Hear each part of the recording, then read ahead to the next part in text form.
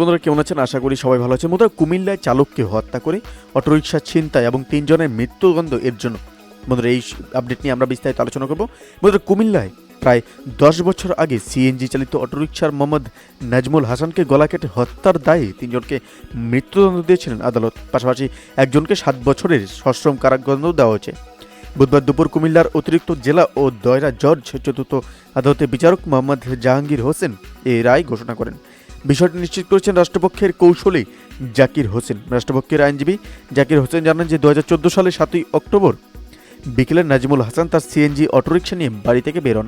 ফিরে না আসায় পরিবারের লোকজন অনেক খোঁজাখুঁজি করেন। এক পর্যায়ে তারা জানতে পারেন যে নাজমুলকে হত্যা করে তার সিএনজি অটোরিকশাটি ছিনতাই করা হয়েছে। এই ঘটনায় নিহতের বাবা কুমিল্লায় চান্দিনার মধ্যমুলা এবং গ্রামের মোহাম্মদ আব্দুর রব বাদী হয়ে সুমন মিয়াসহ অজ্ঞাত পরিচয় 3 জন আসামিকে বুড়িচং থানায় একটি হত্যা মামলা দায়ের করেন।